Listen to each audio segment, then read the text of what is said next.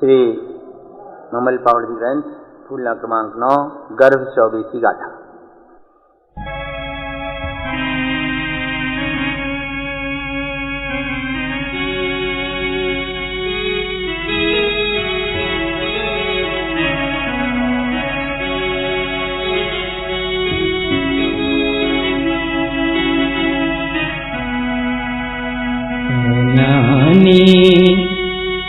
ममल अमिय वयनं ज्ञानी ममल अमिय वयनं ज्ञानी ममल अमिय वयनं दिनयति दिनवनं भुवन ज्ञान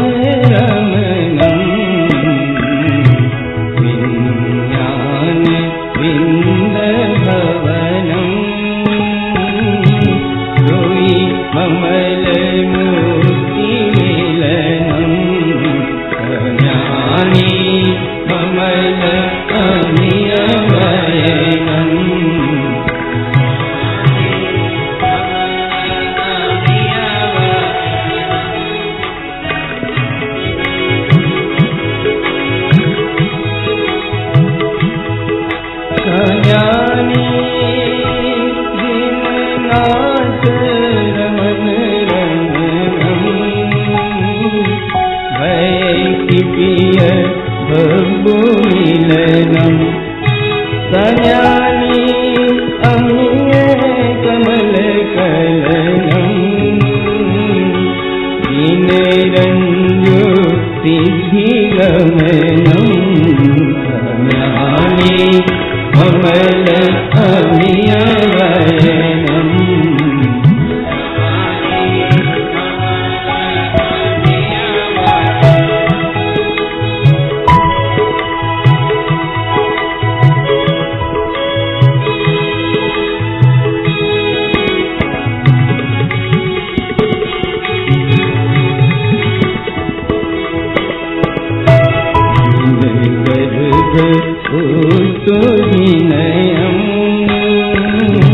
परिणाम नंतमेलं कमनंत कमगलनं सुज्ञान गर्भमिलनं ज्ञानी ममल अमिय वयनं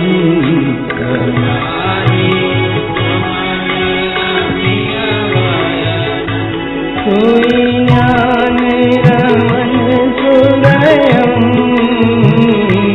उत्पन्न ज्ञान रमनं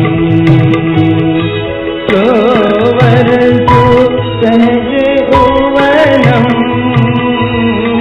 तमनंत नंत गमनं ज्ञानी ममल अमिय वयनं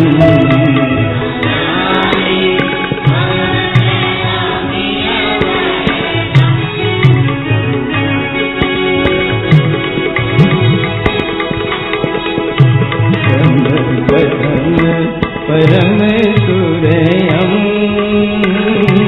तम पदम कमल धुरयं हरिंद परम विलियं तम नंत कमुगलियं ज्ञानी ममल अमिय वयनं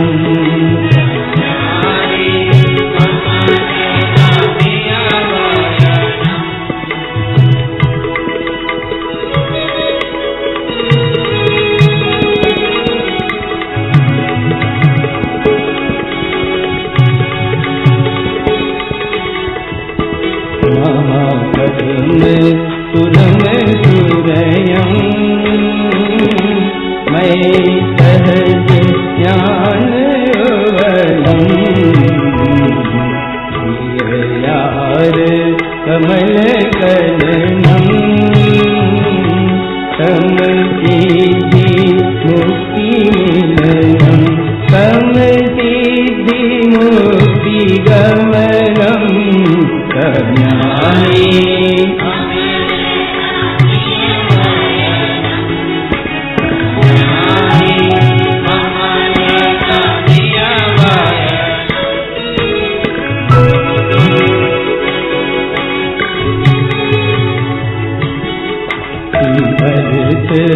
अर्थ मिलनम् गम्य अगम्य गमनम् गम्य चरण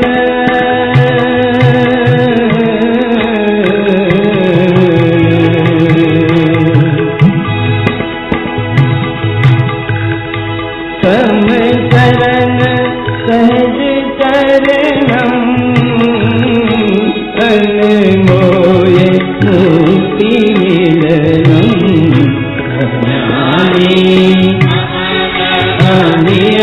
अनियवयनम्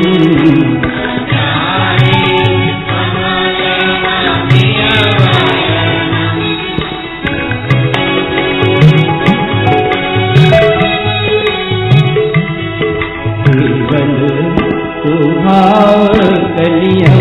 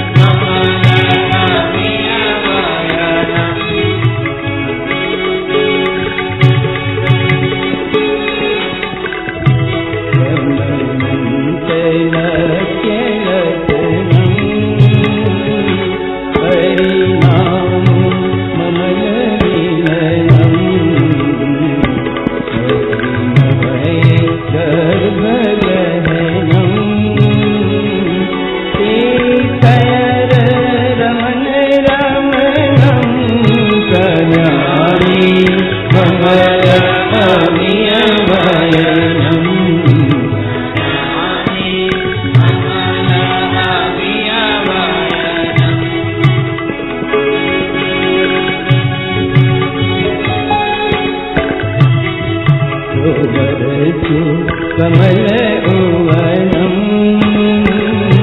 तटदीप्ति ममल भवनम अर्थ रहनम अस्थान स्थान मिलनम कल्याणी ममल अभियवयनम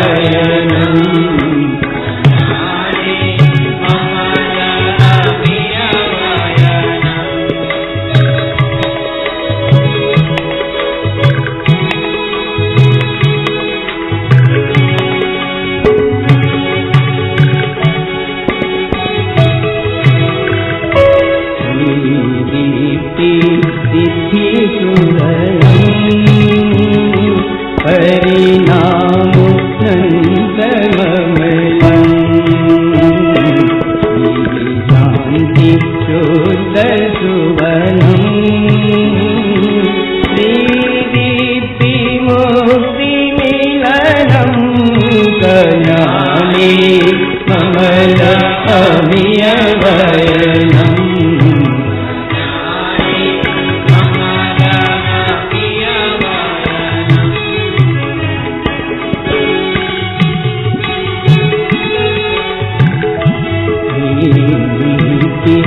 यार प्रियम प्रियनंत ज्ञान रवलम दर्शय सुनंत मय्यम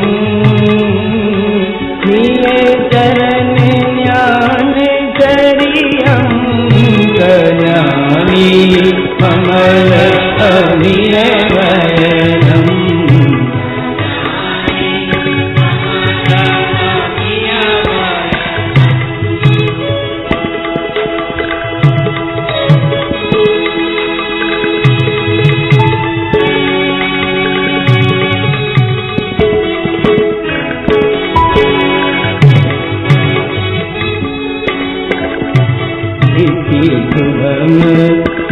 ममलनीयम कमलोय लोय अवलम इति व्रत कमगणनम कमक्रांति वन ममलम कल्याणी कमल अभियवयनम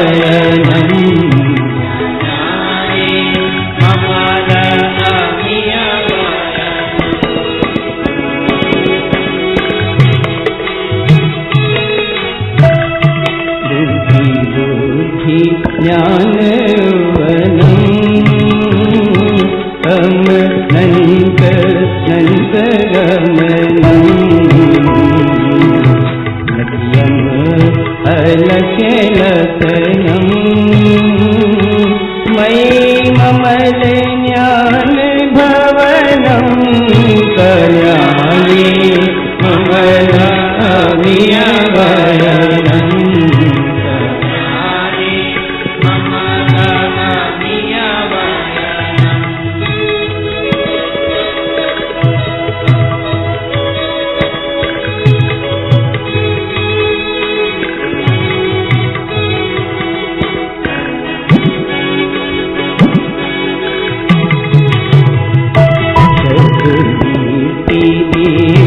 दीपनम कमनंत नंत गमनम दर्शन्ति ज्ञान शयनम कमनंत नंत ममलम कल्याणी कमल अभियवयनम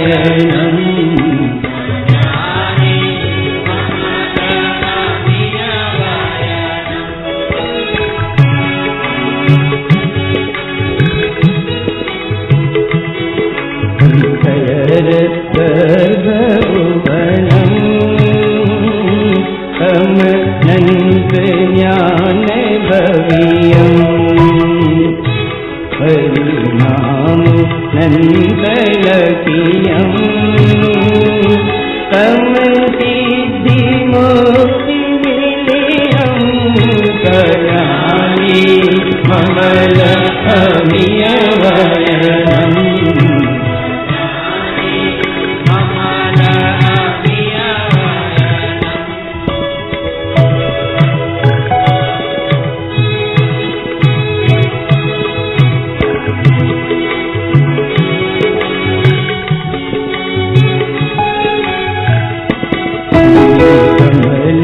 दीप्तिभुवनम्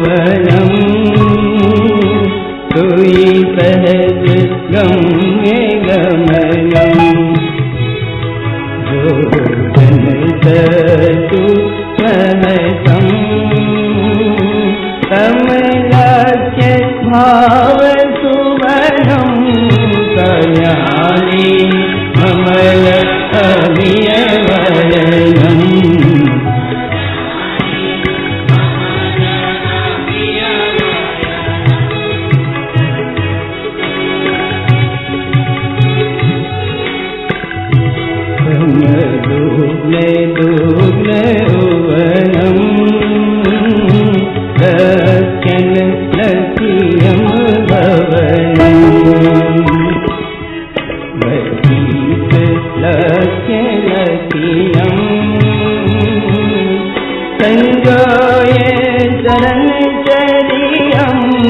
कल्याणी कमल अभियवरणम्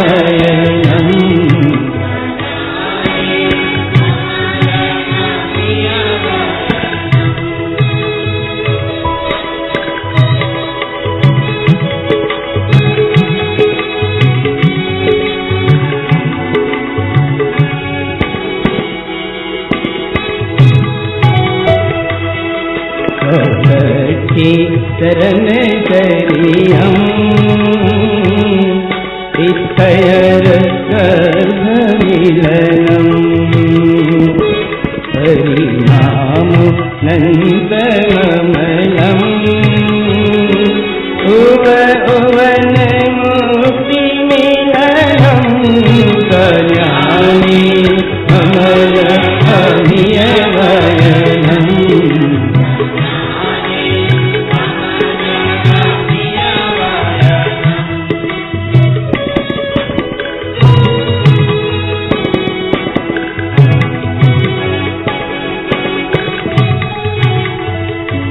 समये भूतोवनम् समये साधु मिलनम् समसन्त सम्मुगलनम् अनमोय मुक्ति मिलनम् कल्याणी कमल अभियवरणम्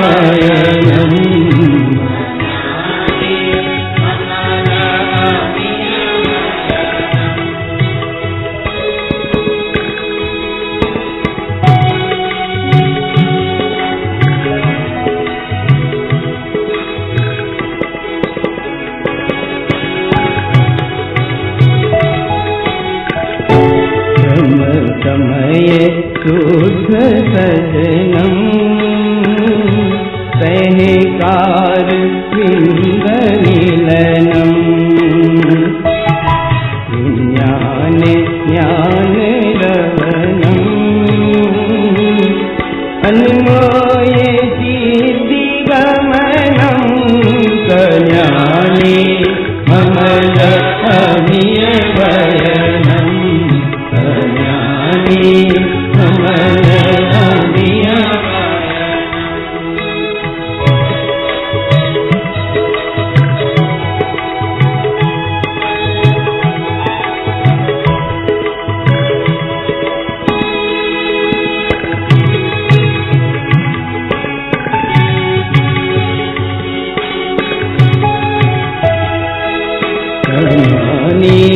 कमल अभियवरणम्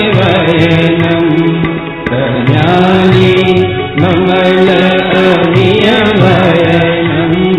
कल्याणी कमल अभियवरणम्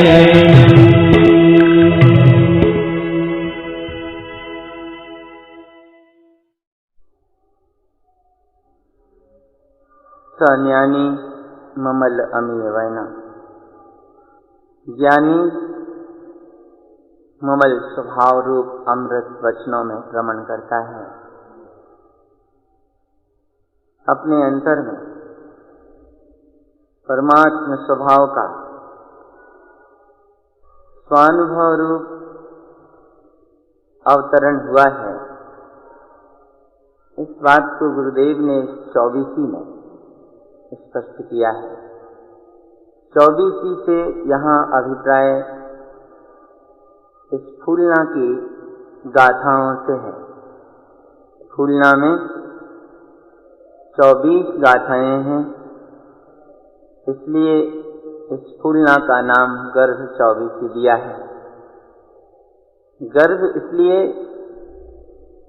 कि तीर्थंकर परमात्मा जब जो होने वाले तीर्थंकर भगवान हैं, उनका जीव जब स्वर्ग से तय कर माता के गर्भ में आता है, तब जो देवियां उनकी सेवा में रहती हैं, उस प्रसंग को लेकर गुरु महाराज ने कुछ करुणानि योग के विषय को समाहित करते हुए उसे अध्यात्ममय अनुभवन करते हुए आत्मा की कई गुनी शुद्धता विशुद्धता का आनंद लिया है। ऐसा इस फूलना का सार है। सार स्वरूप ही बात कर पाएंगे, समय सीमा है। प्रथम 2 गाथाओं में अचरी है, जिनमें अपने ज्ञान स्वभाव की उत्पत्ति और ममल स्वभाव में रमने पर मुक्ति से मिलन होता है। ज्ञानी अमृतमय जिननाथ स्वरूप में रमण करता है। तीसरी गाथा में अंतर में अनंत ममल परिणाममय जिन स्वभाव प्रकट हुआ है, इसमें रहने पर ही अनंत कर्म गलते हैं। चौथी गाथा में सरोवर सहजता में ही अंतर में उत्पन्न हो रहे हैं। 5वीं गाथा से 11वीं गाथा तक पद्म हृद का नाम है। ये सरोवर के नाम जो सरोवर उत्पन्न हुए हैं। 5वीं गाथा में पद्म सरोवर, 6वीं गाथा में महापद्म सरोवर, 7वीं गाथा में तिगिंत सरोवर, 8वीं गाथा में केसरी, 9वीं गाथा में पुंडरीक, 10वीं गाथा में पुंडरीक की महिमा और 11वीं गाथा में महापुंडरीक। इस प्रकार 6 सरोवर के नाम दिए हैं। असल में तत्वार्थ सूत्र के 3रे अध्याय में मध्य लोक का जब प्रसंग आया है, वहां आचार्य उमा स्वामी ने बहुत महत्वपूर्ण सूत्र दिए हैं। जम्बू द्वीप लवणो दादया शुभना मानो द्वीप समुद्रा। इस मध्य लोक में जम्बूद्वीप और लवण समुद्र आदि शुभ नाम वाले अनेक प्रकार के द्वीप और समुद्र हैं। दीर्घ पूर्व पूर्व परिक्षेपणों वल्याकृत्या, उसके आगे आगे के द्वीप और समुद्र दुगने दुगने विस्तार वाले हैं, और वे पहले पहले वाले द्वीप और समुद्रों को घेरे हुए वलय के आकार में हैं, चूड़ी के आकार में हैं, गोल आकार में हैं। तन्मध्ये मेरुनाभिर्वृत्तो योजन 7सहस्र स्कंभो जम्बूदीपा। उन सबके मध्य में नाभि के समान मेरु पर्वत स्थित है, और यह जम्बूद्वीप 100,000 योजन 1,00,000 योजन विस्तार वाला है। इस 1,00,000 योजन विस्तार की बात को गुरु महाराज ने यहाँ 21वीं गाथा में दी है। योजन सतु सहसम तम लक्ष्य भाव सुगनम। 1,00,000 योजन का 100,000 योजन माने 1,00,000 योजन विस्तार वाला जम्बूद्वीप है, और उसके आगे आगे के पर्वत और समुद्र दुग्न दुग्न उबनम दुगने दुगने विस्तार को लिए हुए हैं। इस जम्बूद्वीप को विभाग करने वाले भरत, हैमवत, हरिविदेह, रम्यक, हिरण्यवत, ऐरावत और सह क्षेत्राणि, ये 7 क्षेत्र हैं। भरत, हैमवत, हरि, विदेह, रम्यक, हिरण्यवत और ऐरावत। इन 7 क्षेत्रों का विभाग करने वाले पूर्वापरायता, हिमवन, महाहिमवन, निषद, नील, रुक्म, शिखरिणो, वर्षधर, पर्वता, हिमवान, महाहिमवान, निषद, नील, रुक्मी और शिखरिण ऐसे 6 वर्षधर कुलाचल पर्वत हैं। इस प्रत्येक वर्षधर कुलाचल पर्वत पर एक एक सरोवर है। पद्म, महापद्म, तिगिंच, केसरी, महापुंडरीक, पुंडरीका, हृदास, तैसामुपरि। उसका पूरा विवरण आचार्यों ने इस प्रकार दिया है कि हिमवान पर्वत पर पद्म नाम का हृदय सरोवर है, जिसकी लंबाई 1000 योजन, चौड़ाई 500 योजन, गहराई 10 योजन। 1 योजन का उसमें कमल है। उसके ऊपर श्री नाम की देवी निवास करती है। यहाँ गुरु महाराज ने 11वीं गाथा तक पद्म, महापद्म, तिगिंच, केसरी, महापुंडरीक और पुंडरीक सरोवर के नाम दिए। ये सरोवर जिन पर्वतों पर स्थित हैं, इन गाथाओं में जो सार है, 5वीं गाथा में परम पद नाम के पर्वत पर पहला पद्म सरोवर है, दूसरा हृदय स्थान में महापद्म है, तीसरा तीर्थ रत्नत्रय पर्वत पर तिगिंच सरोवर है, चौथा कंठ कमल स्थान में केसरी सरोवर है, 5वां शुद्ध भाव रूप स्थान पर पुंडरीक सरोवर है और 6वां गुप्त गुफा रूप शुद्ध प्रदेश में महापुंडरीक सरोवर है। इस प्रकार स्वभाव में आचरण की एक अद्भुत साधना है। ये जो 6 सरोवर हैं, इन पर जो कमल हैं, उन कमलों में 12, 13 और 14 इन 3 गाथाओं में इन सरोवरों में उत्पन्न होने वाले कमलों का उल्लेख है। 15वीं गाथा से उन 6 देवियों का उल्लेख है जो प्रत्येक सरोवर के कमल में निवास करती हैं। 15वीं गाथा में श्री, 16वीं गाथा में श्री, 17वीं गाथा में धृति, कीर्ति, 18वीं गाथा में बुद्धि और लक्ष्मी। इस प्रकार ये देवियां इन 6 सरोवरों में निवास करती हैं। छठ दीप्ति ये प्रकाशमान अवस्था की अनुभूतियां हैं, जिसमें गुरुदेव अपने अनंत ममल स्वभाव का अनुभवन कर रहे हैं। तीर्थंकर परमात्मा अंतर में उत्पन्न हुए हैं।